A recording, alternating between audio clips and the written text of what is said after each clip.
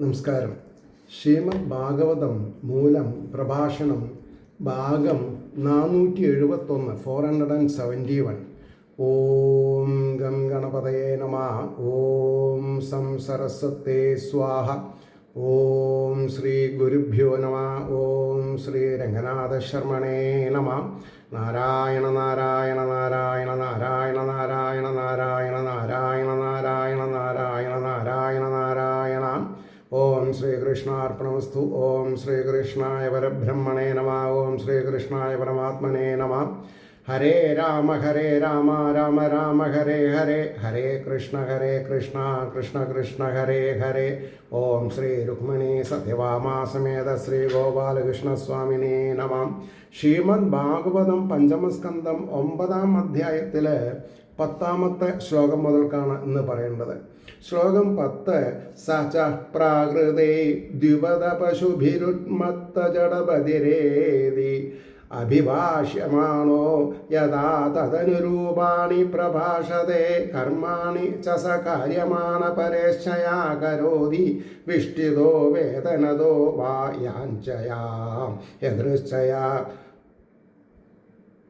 വോപാസാദിതൽ അല്പം ബഹുമൃഷ്ടം കഥന്നം വ്യവഹരതി പരം ഇന്ദ്രിയപ്രീതി നിമിത്തം. ഇന്ദ്രിയപ്രീതി നിമിത്താവരുത് നമ്മുടെ കാര്യങ്ങൾ എന്ന് പറയണ്ടായി. അതാണ് ശ്രദ്ധിക്കാനുള്ളത്. അതായത് മൂഢന്മാരായ 2 കാലുള്ള പശുക്കളാൽ 2 കാലുള്ള പശു ഇതുകൊണ്ട് മനുഷ്യരെ നടത്തായി മനസ്സിലായോ. അവനും ഭ്രാന്തൻ, കേൾക്കാൻ കഴിയാത്തവൻ എന്നു പറയപ്പെടുന്ന അവനാകുമ്പോൾ ഈ മനുഷ്യൻ മിണ്ടാനും വയ്യ കേൾക്കാനും വയ്യ എന്ന് പറഞ്ഞാൽ പിന്നെ ബദറിനെ പോലെയും അന്ധനെ പോലെയൊക്കെയാണെന്ന് പറഞ്ഞാൽ അതിനനുസരിച്ച വചനങ്ങളെ ഭാഷിക്കും. ഇദ്ദേഹം അങ്ങനെയല്ല. ഇദ്ദേഹം മഹാവിദ്വാനായിട്ടുള്ള പരമഹംസന്മാരുടെ കൂടെ വാക്കുകൾ ഉപയോഗിക്കുള്ളൂ. അപ്പോൾ ഭാഷിക്കും. പിന്നെ പറയണു, പ്രവർത്തിപ്പിക്കപ്പെടുന്നവനായിട്ട് കർമ്മങ്ങളെ അന്യരുടെ ഇച്ഛ അനുസരിച്ച് ചെയ്യും. അപ്പോൾ വിവേകമില്ല എന്ന് പറയാൻ പറ്റുമോ? മൂഢനാന്ന് പറയാൻ പറ്റുമോ? പറ്റില്ല. അപ്പോൾ പണിയെടുപ്പിക്കുന്നവൻ്റെ ഇഷ്ടം പോലെ കൊടുക്കുന്നത് കൊണ്ടോ നിശ്ചയിക്കപ്പെട്ട ശമ്പളം കൊണ്ടോ യാചിച്ചിട്ടോ ആകസ്മികമായിട്ടോ കിട്ടുന്നത് സ്വൽപ്പമോ അധികമോ ശുദ്ധമോ കുൽസിതാന്നമോ കേവലം ഭക്ഷിക്കും. ഇതൊന്നും അദ്ദേഹം നോക്കില്ല. അവിടെയാണ് മിടുക്കത്തരം. എനിക്ക് ഇന്നത് വേണമെന്ന് പറയില്ല. നിങ്ങൾക്ക് പാത്രാനുഭൂതി ഇല്ലെങ്കിലും എനിക്ക് പാത്രാനുഭൂതി ഉണ്ട് എന്ന് പറഞ്ഞാൽ എന്താ അർത്ഥം? ഞാൻ ഈശ്വരനെ അഭിനന്ദിച്ചുകൊണ്ടും ഈശ്വരനെ അപ്രീഷിയേറ്റ് ചെയ്തുകൊണ്ടാണ് ജീവിക്കണതെന്നുണ്ടെങ്കിൽ എന്നെ ആർക്കും ഒന്നും ചെയ്യാൻ പറ്റില്ല. അത് അഹന്തല്ല, അതാണ് സത്യം. ധർമ്മം വധ ധർമ്മം ചര, ആ ധർമ്മം നമ്മളെ രക്ഷിക്കുന്ന പറഞ്ഞിട്ടുള്ളത്. അപ്പോൾ വേറൊരാൾ അധർമ്മം കൊണ്ട് എന്നെ വീഴ്ത്തണമെന്ന് നോക്കിയാണെങ്കിലും ഈശ്വരൻ സമ്മതിക്കില്ല അതിന്. അതാണ് ഈ കഥയിൽ നിന്ന് നമ്മൾ മനസ്സിലാക്കേണ്ടത്. ഓരോ ശ്ലോകങ്ങളുടെയും അർത്ഥം നമ്മുടെ മനസ്സിൽ പതിയണം. എന്തിന്? പ്രവർത്തിക്കാൻ വേണ്ടിയിട്ട്. അപ്പോൾ ഇന്ദ്രിയങ്ങളെ സന്തോഷിപ്പിക്കുവാൻ വേണ്ടിയിട്ടല്ല. അതാണ്, ഇന്ദ്രിയങ്ങളെ സന്തോഷിപ്പിക്കുവാൻ വേണ്ടിയിട്ടല്ല. ഇതാണ് അതിലത്തെ നാരായവേര്. ഇനി പിന്നെ ഇതിൻ്റെ ഭാവാർത്ഥം 11-ാം ശ്ലോകത്തിൻ്റെ ഒപ്പം വരുന്നത്. അതുകൊണ്ട് ഇപ്പോൾ വാക്കാർത്ഥം ഞാൻ പറഞ്ഞിട്ടുള്ളൂ. ഇനി 11-ാമത്തെ ശ്ലോകം അതിൻ്റെ വാക്കാർത്ഥം പറഞ്ഞാൽ നമുക്ക് 10-ൻ്റെയും 11-ൻ്റെയും ഒന്നായിട്ട് ഇവിടെ പറയുന്നുണ്ട്. നിത്യനിവൃത്ത നിമിത്ത സ്വസിദ്ധി വിശുദ്ധാനുഭാവാനന്ദ സ്വ ആത്മലാഭാധികമ സുഖദുഃഖയോർ ദ്വന്ദ് നിമിത്തയോരസംഭാവിത ദേഹാഭിമാനം സംഭവിപ്പിക്കില്ല എന്ന് അദ്ദേഹം. ദേഹാഭിമാനം ഇല്ല. ആരെന്ത് വേണമെങ്കിൽ പറഞ്ഞോട്ടെ. ഈ ശരീരം ആരുടെ ആണ് എന്നുള്ളത് നമുക്കറിഞ്ഞാൽ മതി. ആരാ അച്ഛൻ ആരാ അമ്മ ചോദിക്കണ്ട. എന്താ കാരണം? അത് അണ്ടർസ്റ്റുഡാണ്. പറഞ്ഞ വർഷമുണ്ടോ? അപ്പോൾ പറയണു, കാരണത്തെ ആത്യന്തികമായി അതിക്രമിച്ചവനും തന്നിൽ തന്നെ ഇരിക്കുന്നതും പരിശുദ്ധവും അനുഭവിക്കപ്പെട്ടിരിക്കുന്നതുമായ സ്വാത്മലാഭത്തെ അടഞ്ഞവനും. ഇതിനേക്കാൾ വലിയ ഒരു വേദാന്തമില്ല. തന്നിൽ തന്നെ ഇരിക്കുന്നതും പരിശുദ്ധവും അനുഭവപ്പെട്ടിരിക്കുന്നതുമായ ആത്മലാഭത്തെ അടഞ്ഞവൻ. What else? അഹം ബ്രഹ്മാസ്മി തത്വമസി അയമേവ ബ്രഹ്മം പ്രജ്ഞാനം ബ്രഹ്മ ഒക്കെ ആയിക്കഴിഞ്ഞു. അതുകൊണ്ട് ദ്വന്ദ്ങ്ങളാകുന്ന കാരണത്തോടുകൂടിയ സുഖദുഃഖങ്ങളിൽ സംഭവിക്കാതിരിക്കുന്ന ദേഹാഭിമാനത്തോടു കൂടിയവനുമായിരുന്നു. അൾട്ടിമേറ്റ്, ദി ഗ്രേറ്റസ്റ്റ്, പ്രൊണൗൺസിയം ദി ബെസ്റ്റ്. ഇനിയാണ് 10ഉം 11ൻ്റെയും കൂടിയിട്ടുള്ള ഭാവാർത്ഥം വരുന്നത്.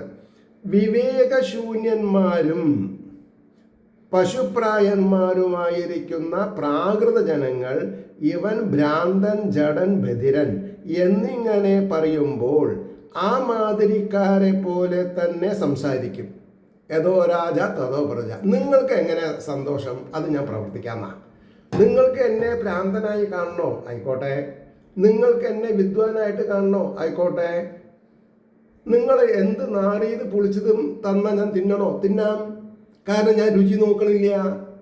ഞാൻ പ്രാണായാമം ചെയ്തിട്ട് എൻ്റെ ഉള്ളിലുള്ള ദൈവിക ചൈതന്യത്തിനെ പ്രാപിച്ചിട്ടുള്ളവനാണ്. അപ്പോൾ നിങ്ങളുടെ തരുന്ന അന്നത്തിൻ്റെ സ്വാദ് ഞാൻ നോക്കണില്ല, മണം ഞാൻ നോക്കണില്ല.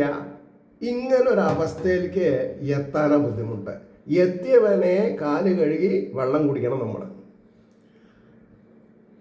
അപ്പോൾ ഈ ഭാഗവതത്തിലെ ഓരോ കഥാപാത്രങ്ങളെയും വ്യാസർ നമ്മുടെ മുന്നിൽ നിർത്തണത് ആ ക്യാരക്ടേഴ്സിനെ ഉൾക്കൊണ്ട് ജീവിക്കാൻ വേണ്ടിയിട്ടാണ്. അല്ലാണ്ട് സാക്സഫോൺ കച്ചേരിയും രുക്മിണി സ്വയംവരും അല്ല പറഞ്ഞിട്ടുള്ളത്. അപ്പോൾ പറഞ്ഞു, ചിലർ അവനെ കൊണ്ട് ബലാത്കാരേണ പ്രവൃത്തി എടുപ്പിക്കും. അവരുടെ നിർബന്ധം അനുസരിച്ച് പ്രവർത്തിക്കും. കൂലി നിശ്ചയിക്കാതെ അവർ പറഞ്ഞതനുസരിച്ച് പ്രവർത്തിച്ച ശേഷം അവർ സ്വയമേവ മനസ്സാ വല്ലതും കൊടുക്കും. അതാണ് വിഷ്ടി. അതുകൊണ്ട് ദിവസം കഴിക്കും. ചിലപ്പോൾ കൂലി നിശ്ചയിച്ച് പണിയെടുക്കും. അതുകൊണ്ടും ശരീര നിർവാഹനത്തിനായി ഭക്ഷണം കഴിക്കും. ചിലപ്പോൾ യാചിക്കും. ചിലപ്പോൾ എതിർച്ചയാ ലഭിക്കുന്നത് ഭക്ഷിക്കും. അല്പമായാലും അധികമായാലും ശുദ്ധമായാലും അശുദ്ധമായാലും ഭക്ഷിക്കും. അപ്പം ആത്മാവിന് ഇതൊന്നും ബാധകമല്ലല്ലോ. ശുദ്ധി അശുദ്ധി ആത്മാവിനെ അശുദ്ധിയാക്കാൻ പറ്റുമോ? ഇല്ല. എന്നാൽ തടമ്പ് താഴ്ത്ത് വീണു ശുദ്ധിക്രിയ ചെയ്തിട്ടാണ് ഗുരുവായൂരത്ത്. അത് സകാമത്തിലേ ഉള്ളൂ, നിരാകാരത്തിൽ അതില്ല. സകാമത്തിലാവും. നമ്മൾ എന്ത് പറഞ്ഞാലും മറ്റുള്ളവർ കേൾക്കും. അതിനൊക്കെ വെറുതെ അല്ല, അവർക്കൊക്കെ കാശുണ്ട്. തന്ത്രിക്ക് കാശുണ്ട്, പിന്നെ എന്താണെന്ന് പറയുക, എല്ലാവർക്കും കാശുണ്ട്. അപ്പോൾ അവർ ഇത് അശുദ്ധ ആവണേന്ന് പ്രാർത്ഥിക്കുന്ന ആൾക്കാരായിരിക്കും. എന്തേ അങ്ങനെയല്ലേ? ശരി. ഭഗവാന്റെ ദാസന്മാരാണെങ്കിൽ ഭഗവാനെ പ്രഭുവായിട്ട് കണക്കാക്കണമെന്നുണ്ടെങ്കിൽ നിത്യവൃത്തിക്കുള്ളത് കൊടുത്താൽ പോരെ. പിന്നെ എന്തിനാ എക്സ്ട്രാ ദക്ഷിണ? നിങ്ങൾക്ക് ഞാൻ പറയുമ്പോൾ ചൊടിക്കും. എനിക്ക് യാതൊരു ചൊടിയില്ല. ഞാൻ അതിൻ്റെ ശരിയായ ഭാഗങ്ങളാണ് പറഞ്ഞത്. അതുകൊണ്ടാണ് പറഞ്ഞത്, ഇന്ദ്രിയങ്ങളെ പ്രീതിപ്പെടുത്തുവാനല്ല, ശരീര നിർവഹണത്തിന് വേണ്ടി മാത്രമാണ് ആഹാരം കഴിക്കുന്നത്. അപ്പം വിവാഹമാണെങ്കിലും പിറന്നാളാണെങ്കിലും ചരമവാർഷികമാണെങ്കിലും ആർഭാടം കാണിക്കേണ്ട ആവശ്യമില്ല. മിതാഹാരം. അപ്പോൾ ഇന്ദ്രിയങ്ങളെ പ്രീതിപ്പെടുത്തുവാനല്ല, ശരീര നിർവഹണത്തിന് വേണ്ടി മാത്രമാണ് ആഹാരം കഴിക്കുന്നത്. എപ്പോഴും ഉള്ളതും കാരണത്തോടു കൂടാത്തതും സ്വതേ സിദ്ധിച്ചിരിക്കുന്നതുമായ വിശുദ്ധാനന്ദം തന്നെ ആത്മസ്വരൂപം. വിശുദ്ധമായ ആനന്ദം, അതായത് കളറില്ല, നിറയില്ല, മണമില്ല, അതാണ് എന്നുള്ള അനുഭവം ഉണ്ടായിരുന്നാൽ സുഖദുഃഖങ്ങൾ നിമിത്തം ദേഹാഭിമാനമുണ്ടാകാത്തതായ നിർവികൽപ്പ സമാധി നില ആ മഹാന് സിദ്ധിച്ചിരുന്നു. അതാണ് കാര്യം. അതുകൊണ്ടാണ് ഇന്ദ്രിയപ്രീതി ആഗ്രഹിക്കാത്തത്. ഇന്ദ്രിയപ്രീതി ഇല്ലാതെ കണ്ടെന്നെ ഞാൻ ആത്മാരാമനായിരിക്കുകയാണെങ്കിൽ എനിക്ക് പിന്നെന്താ വേണ്ടത്? ഇനി 12ാമത്തെ ശ്ലോകം. ശീതോഷ്ണവാദവർഷേഷു വൃഷ യവാനാവൃതാംഗ പീന സംഹനാംഗ സ്തണ്ഡില സംവേശനാനുർമർദന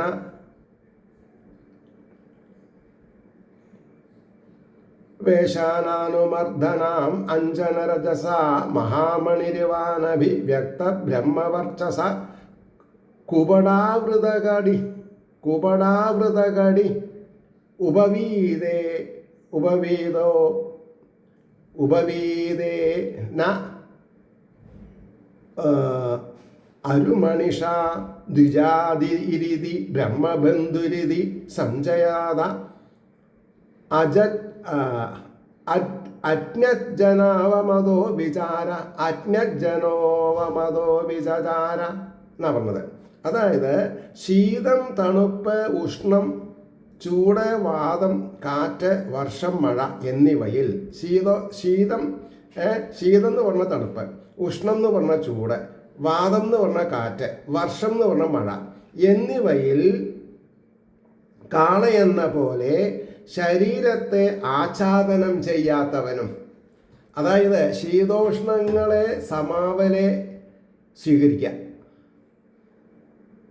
തണുപ്പ് കൂടിയാലും ശരി, ചൂട് കൂടിയാലും ശരി, റിയാക്ട് ചെയ്യാതെ കണ്ടിരിക്കുക. കാരണം എന്താ? ആത്മാവിന് ഇത് ബാധകമല്ല. അതാണ് നമ്മൾ മനസ്സിലാക്കേണ്ടത്. അപ്പോൾ കാള എന്ന പോലെ ശരീരത്തെ ആച്ഛാദനം ചെയ്യാത്തവനും തടിച്ചവനും ബലമുള്ള അവയവങ്ങളോട് കൂടിയവനും നിലത്തിൽ കിടപ്പ്, തേച്ചുകുളി ഇല്ലായ്മ, ഇതെത്ര തേച്ച് കുളിച്ചാലും നശിക്കും അതാണത്. പിന്നെയോ സ്നാനമില്ലായ്മ എന്നിവ നിമിത്തമുള്ള ചളി കൊണ്ട് മഹത്തായ രത്നമെന്ന പോലെ അസ്പഷ്ടമായ ബ്രഹ്മതേജസ്സോടുകൂടിയവനും കുൽസിത വസ്ത്രങ്ങളാൽ മറയ്ക്കപ്പെട്ട അരക്കെട്ടോടു കൂടിയവനും വളരെ ചളിയുള്ള ഉരുമഷിണ എന്നാണ് വാക്കേ, ഉരുമഷിണ എന്നാണ്. അതായത് എവിടെയാണത്? സംജായത അജ്ജസാനാവമതോ വിചാര. അതായത് 4ാമത്തെ വരിയിലെ കുപടാവൃതികടി ഉപവീതേ ന ഉരുമഷിണ എന്നാണ്. ന ഉരുമഷിണ, അതായത് വളരെ ചളിയുള്ള പൂണൂലിനാൽ ബ്രാഹ്മണ ജാതിയാണെന്നും ബ്രാഹ്മണാധമനാണെന്നും അഭിധാനത്താൽ അവനെ അറിയാത്ത ജനത്താൽ അവമാനിക്കപ്പെട്ടവനായിട്ട് സഞ്ചരിച്ചു. അവനെ അറിയാത്ത ജനങ്ങൾ. അവൻ ആരാണ്? ജഡഭരതൻ ആരാണ്? ബ്രഹ്മം തന്നെയാണ്. ബ്രഹ്മത്തെ അനുസന്ധാനം ചെയ്യുന്ന ഒരാളാണ്. പക്ഷെ കാഴ്ചക്കാർക്ക് അതൊരു അൺപോളിഷ്ഡ് ജെമ്മാണ്. അൺപോളിഷ്ഡ്. വിവരമുള്ളവന് പോളിഷ് ചെയ്താൽ അതിൻ്റെ വില അറിയാം. പോളിഷ് ചെയ്യുന്നതിൻ്റെ മുമ്പ് തന്നെ അതിൻ്റെ വില അറിയാം. നമുക്കറിയോ? ഇല്ല. അവിടെയാണ് പ്രശ്നം. ഇനി അതിൻ്റെ ഭാവാർത്ഥം പറയണു.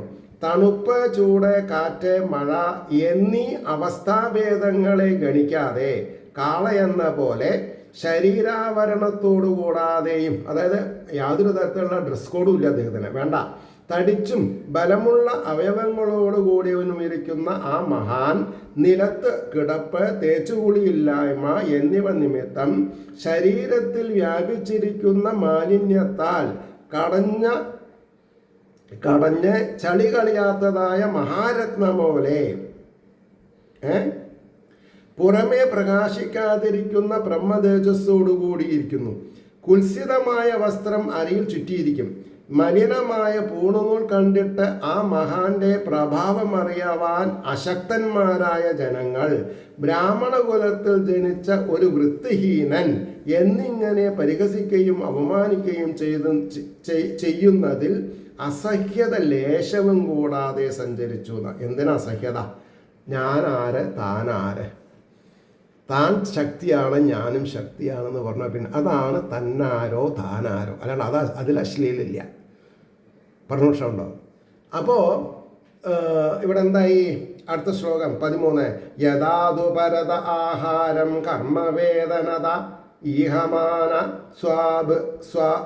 സ്വഭാതൃഭിരഭി കേദാരകർമ്മണി നിരൂപിത സ്തവി തത് അഭി എന്നാണ്. തത് അഭി നിരൂപിത തത് അഭി കരോതി കിന്തു ന സമം വിഷമം ന്യൂനം അധികം ഇതി വേദഗണം പിണാക്യം ഫലീകരണ കുൽമാഷം സ്ഥാനീ പുരുഷാദീന്യവി അമൃതവത അഭ്യവഹരതി എന്നാണ് ശ്ലോകം. അതിൻ്റെ ഭാവാർത്ഥം എങ്ങനെയാണ് വരുന്നത്? എപ്പോഴാകട്ടെ അന്യരിൽ നിന്ന് പ്രവർത്തിക്കുള്ള കൂലി അല്ലെങ്കിൽ പ്രവർത്തിക്കുള്ള ശമ്പളത്തിൽ നിന്നും ഭക്ഷണത്തെ നിവർത്തിപ്പാൻ ആഗ്രഹിക്കുന്നുവോ അപ്പോൾ സ്വന്തം ജ്യേഷ്ഠന്മാരാലും കൃഷി പ്രവൃത്തിയിൽ നിശ്ചയിക്കപ്പെട്ടവനായിട്ട് അതിനെയും ചെയ്യുന്നു. എന്നാൽ സമം വിഷമം ന്യൂനം അധികം എന്ന് അറിയുന്നില്ല. കൂലി ചെയ്ത പണിക്കുള്ളത് ഉണ്ടോ ഇല്ലയോ അദ്ദേഹം നോക്കില്ല. നിങ്ങൾ എന്താ കൊടുത്തത് അത്. അപ്പം അദ്ദേഹത്തിന് അറിയാം, എന്നെ ആരെങ്കിലും പറ്റിച്ചിട്ടുണ്ടെങ്കിൽ അതിൻ്റെ കൂലി അയാൾക്കാണ്, എനിക്കല്ല. ഇതെല്ലാം അറിയുന്ന ഒരാൾ എല്ലാവരുടെ ഉള്ളിലുണ്ട്. എനിക്കറിയാം അയാൾ എന്നെ കൊണ്ട് ജാസ്തി ജോലി ചെയ്യിപ്പിച്ചു, കൂലി കമ്മിയായിട്ട് തന്നിട്ടുള്ളത്. അയാളുടെ ഉള്ളിലുള്ള ചൈതന്യത്തിനറിയാം. അപ്പം എനിക്ക് അയാളോട് ദേഷ്യമില്ല. അയാൾ ചെയ്ത തെറ്റിനുള്ള ശിക്ഷ അയാളുടെ ഉള്ളിലുള്ള ഈശ്വരൻ കൊടുക്കും. ഇത്രയൊക്കെ അറിവുണ്ടായാൽ പിന്നെ എന്തിനാ പേടിക്കണത്? അതുകൊണ്ടാണ് പറഞ്ഞത്, ഉമി പുഴുക്കുത്തുള്ള ഉഴുന്ന് പാത്രത്തിനടിയിൽ കരിഞ്ഞു പറ്റിയിരിക്കുന്ന അന്നം എന്നിവയെയും അമൃതത്തെന്ന പോലെ ഭക്ഷിക്കുന്നു. അവിടെയാണ് നന്നായിട്ടില്ലെങ്കിലും നന്നായ കൂട്ടത്തിൽ ആഹരിക്കാൻ ചമത്ത് വേണം, സാമർഥ്യം വേണം. നമ്മളെ എങ്ങനെയെങ്കിലും ചവിട്ടി തേക്കണം എന്ന് വിചാരിച്ചിട്ട് നമ്മൾക്ക് സ്വാദില്ലാത്ത ഭക്ഷണം തരുമ്പോൾ ഇത്ര സ്വാദ് എവിടുന്നാ, എങ്ങനെ ഉണ്ടാക്കിയത് എന്ന് ചോദിച്ചു നോക്കൂ. അന്നത്തെ ദിവസം അവർ ഉറങ്ങുമോ? ഇല്ല. അതാണ് മനസ്സിലായില്ലേ? അപ്പോൾ അന്യർക്ക് പണി ചെയ്തു കൊടുത്തു കിട്ടുന്ന കൂലി കൊണ്ട് ആഹാരം കഴിപ്പാൻ ഇച്ഛിച്ചു പുറപ്പെടുന്ന ചില അവസരത്തിൽ ജ്യേഷ്ഠന്മാർ കൃഷിസ്ഥലത്തിൽ പ്രവൃത്തിയെടുക്കുക, ഞങ്ങൾ ആഹാരം തരാം എന്ന് പറഞ്ഞ് പ്രവൃത്തിയിൽ ഏർപ്പെടുത്തും. ആ പ്രവൃത്തിയും ചെയ്യും. അവനാകട്ടെ ആത്മാവിൽ നിബന്ധനായിരിക്കയാൽ കൃഷിസ്ഥലം താണതോ ഉയർന്നതോ ഇവിടെ വളം ഇടാമോ ഇട്ടുകൂടെയോ എന്നുള്ള സംഗതികളൊന്നും അറിഞ്ഞിരുന്നില്ല. സമവിഷമാവസ്ഥകളെ അറിവാനുള്ള മനസ്സ് ആത്മാനന്ദത്തിൽ നിമഗ്നനായ അതുകൊണ്ടാണ് ഈ വിധം സംഭവിച്ചത്. അതുകൊണ്ട് തന്നെ അവൻ എന്തു കൊടുത്താലും അമൃതമെന്ന പോലെ അതിനെ ഭക്ഷിക്കും. പൊടിയരിയോ എണ്ണയെടുത്ത കഴിഞ്ഞ ശേഷമുള്ള സാധനമായ പിണ്ണാക്കോ ഉമിയോ പുഴു തിന്നു പോയിരിക്കുന്ന ഉഴുന്നിൻ്റെ തൊണ്ടോ കരിഞ്ഞ അന്നമോ എന്തു കൊടുത്താലും അവയുടെ ഗുണദോഷങ്ങൾ നോക്കാതെ ഭക്ഷിക്കുന്നതാണ്. 14-ാമത്തെ ശ്ലോകം. അധ കഥാചിൽ കശ്ചിത് വൃഷളപതിർ ഭദ്രകാളി പുരുഷപശുമാലഭതാപത്യകാമ. 19-ാമത്തെ ശ്ലോകത്തിലാണ് ഭദ്രകാളി ആവിർഭാവം വരിക. ശ്രദ്ധിക്കാം. ഇതിപ്പോൾ 14-ആണ്. അപ്പോൾ ഇവിടെ പറഞ്ഞു ഒരു എന്താ പറയുക, ഒരു ശൂദ്രാധിപൻ ഭദ്രകാളിക്ക് ബലി കൊടുക്കാൻ വേണ്ടിയിട്ടൊരാളെ തിരിയാണ്. അതാണ് സന്ദർഭം. അങ്ങനെ ഇരിക്കുമ്പോൾ ഒരു നാൾ ഒരു ശൂദ്രപ്രമാണി സന്താനത്തെ ആഗ്രഹിക്കുന്നവനായിട്ട് ഭദ്രകാളിക്കായി കൊണ്ട് മനുഷ്യനാകുന്ന പശുവിനെ ഹിംസിപ്പാൻ പുറപ്പെട്ടു. അപ്പോൾ ഇത് വായിച്ചിട്ടെങ്കിലും മനസ്സിലാവണ്ടേ, ഇങ്ങനെ ചെയ്യാൻ പാടില്ലാത്തതാണ്, ഭദ്രകാളിക്ക് ഇഷ്ടമല്ല, എല്ലാവരിലും ബ്രഹ്മചൈതന്യമുണ്ട്, ആ ബ്രഹ്മചൈതന്യത്തിനെ ഹനിക്കാൻ പറ്റില്ല. അപ്പോൾ കഥയിൽ രാക്ഷസന്മാരുടെ രക്തം കുടിച്ചു പറഞ്ഞ് നമ്മളെന്തിനാ രക്തം ഉണ്ടാക്കി കൊടുക്കണത്? ഇതൊക്കെ ചിന്തിക്കേണ്ട കാര്യമാണ്. അപ്പോൾ ഒരു കാലത്ത് കേരളത്തിൽ ശൂദ്രന്മാരായിരുന്നു ഈ കാളി സേവ അധികം ചെയ്തിരുന്നത്. അവർക്ക് വിവരമുണ്ടോ ഇല്ല എന്നുള്ളത് വേറെ കാര്യം. ഇപ്പോൾ ക്ഷേത്രങ്ങളൊക്കെ പച്ച പൊടിച്ചപ്പോൾ ബ്രാഹ്മണാധിപത്യം ഉണ്ടായി. അത് ഇവരുടെ വിവരക്കേട് കൊണ്ട് ബ്രാഹ്മണർ പൂജിച്ചാൽ വൃത്തിയാവുമെന്ന് ഇവരും വിചാരിച്ചു. പക്ഷെ ഭാഗവതം ഇത് അക്സെപ്റ്റ് ചെയ്യണില്ല. അവിടെയാണ് പ്രശ്നം. ഭാഗവതം ഇത് അക്സെപ്റ്റ് ചെയ്യണില്ല. അപ്പോൾ പറയണു, അങ്ങനെ ഇരിക്കുമ്പോൾ ഒരിക്കൽ ശൂദ്രന്മാരുടെ അധിപനായ ഒരുവൻ സന്താനത്തെ ആഗ്രഹിച്ചും കൊണ്ട്, അപ്പം നിഷ്കാമകർമ്മം ചെയ്യാനാണ് പറഞ്ഞത്. ഉണ്ണീനെ കിട്ടിയിട്ടില്ലെങ്കിൽ ഉണ്ണിയെ എന്തുകൊണ്ട് തന്നില്ല ഭഗവാൻ, എൻ്റെ ഈശ്വര ആരാധനയ്ക്ക് ഭംഗം വരുത്തുമോ എന്ന് വിചാരിച്ചിട്ടായിരിക്കും എന്ന് സമാധാനിക്കാനുള്ള എന്താണെന്ന് പറയുക, സാമാന്യ ബുദ്ധി നമുക്കില്ലാണ്ട് പോയല്ലോ അല്ലേ? അതാ പറഞ്ഞത്. അപ്പോൾ സന്താനത്തെ ആഗ്രഹിച്ചും കൊണ്ട് ഭദ്രകാളിക്ക് ഒരു പുരുഷനെ ബലി കൊടുക്കാനായി പുറപ്പെട്ടു. 15-ാമത്തെ ശ്ലോകം കേൾക്കുക. തസ്യഹ ദൈവമുക്തസ്യ പശോപദവീം തദനുചാര പരിധാവന്തോ നിശീത സമയേ തമസാ ആവൃതാം യാമ അനധിഗത പശവ ആകസ്മികേന വിധിന കേദാരാൻ വീരാസനേന മൃഗവരാഹാദിഭ്യ സംരക്ഷമാണാം അങ്കിരപ്രവരസുതമപശ്യൻ എന്നാണ് പറഞ്ഞത്. അതായത് ദൈവകാരുണ്യത്താൽ മോചിപ്പിക്കപ്പെട്ട അവൻ്റെ പശുവിൻ്റെ മാർഗത്തെക്കുറിച്ച് അവൻ്റെ ഭൃത്യന്മാർ അന്വേഷിച്ചു നടക്കുന്നവരായിട്ട് അന്ധകാരത്താൽ മൂടപ്പെട്ട രാത്രിയിൽ അർദ്ധരാത്രി സമയത്തിൽ പശുവിനെ കിട്ടാത്തവരായിട്ട് എന്തുകൊണ്ടെന്നറിയപ്പെടുവാൻ കഴിയാത്തതായ അദൃഷ്ടത്താൽ മാൻ, പന്നി മുതലായവയിൽ നിന്ന് കൃഷിസ്ഥലങ്ങളെ വീരാസനത്തിലിരുന്ന് പരിപാലിച്ചു കൊണ്ടിരിക്കുന്ന അങ്കിരശ്രേഷ്ഠൻ്റെ പുത്രനെ കണ്ടു. അതാണ് ഈശ്വരൻ്റെ മറിമായം. ഇനി അതിൻ്റെ ഭാവാർത്ഥം ശ്രദ്ധിക്കാം. ഭദ്രകാളിക്ക് ബലി കൊടുപ്പാനായി പിടിച്ചുകൊണ്ടുപോകുന്ന പുരുഷൻ മരണഭീതി നിമിത്തം ഓടിപ്പോവാൻ ശ്രമിച്ചു. ദൈവാനുഗ്രഹത്താൽ അവന് സാധിക്കുകയും ചെയ്തപ്പോൾ ശൂദ്രപ്രഭുവിൻ്റെ അനുചരന്മാർ ഓടിപ്പോയവനെ കണ്ടുപിടിപ്പാനായി ശ്രമിച്ചു. രാത്രിയിൽ അന്ധകാരം എങ്ങും നിറഞ്ഞിരിക്കുന്ന പാതിരാത്രി സമയത്തിൽ അവർക്ക് അവനെ കണ്ടുപിടിക്കുവാൻ സാധിക്കാതെ സഞ്ചരിക്കുകയായിരുന്നു. ആ സമയത്തിൽ മാനുകളെ, പന്നികളെ മുതലായ കാട്ടുമൃഗങ്ങളിൽ നിന്ന് കൃഷിരക്ഷ ചെയ്യുവാനായി അറിയപ്പെടുവാൻ കഴിയാത്തതായ അദൃഷ്ടത്താൽ നിയമിക്കപ്പെട്ടവനും വീരാസനത്തിലിരിക്കുന്നവനും അങ്കിരസ്സുകളിൽ ശ്രേഷ്ഠനായ ബ്രാഹ്മണപുത്രനുമായ ഈ ഭരതനെ അവർ കണ്ടുമുട്ടി. 16-ാമത്തെ ശ്ലോകം ശ്രദ്ധിക്കുക. അധ ഏനം അനവധ്യലക്ഷണം അവമൃക്ഷ്യ ഭർതൃകർമ്മ നിഷ്പത്തിം മന്യമാനാം ബദ്ധ്വാരശനയാ ചണ്ഡികാഗൃഹമുപനിഷ്ണുർമുദാ വികസിതവദനാഹ. അതായത് അവിടനെ അവർ ഇവനെ ദോഷമില്ലാത്ത ലക്ഷണമുള്ളവൻ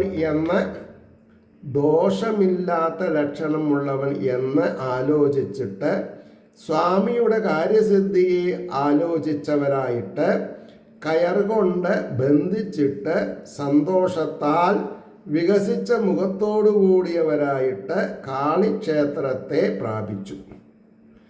ഇനി അതിൻ്റെ ഭാവാർത്ഥം.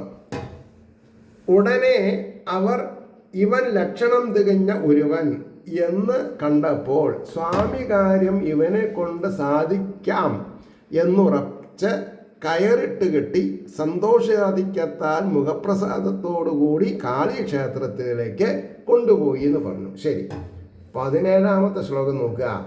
അധ പണയസ്തം സ്വവിധിന അഭിഷിച്യ ആഹതേന വാസസ ആച്ഛാദ്യ ഭൂഷണ ആലേപ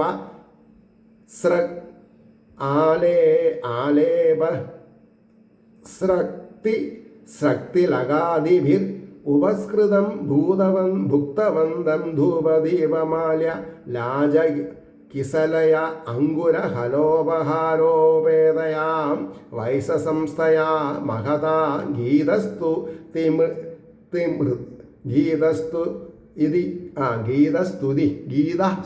സ്തുതിച്ചുകൊണ്ട് പാട്ടുപാടിയെന്നർത്ഥം.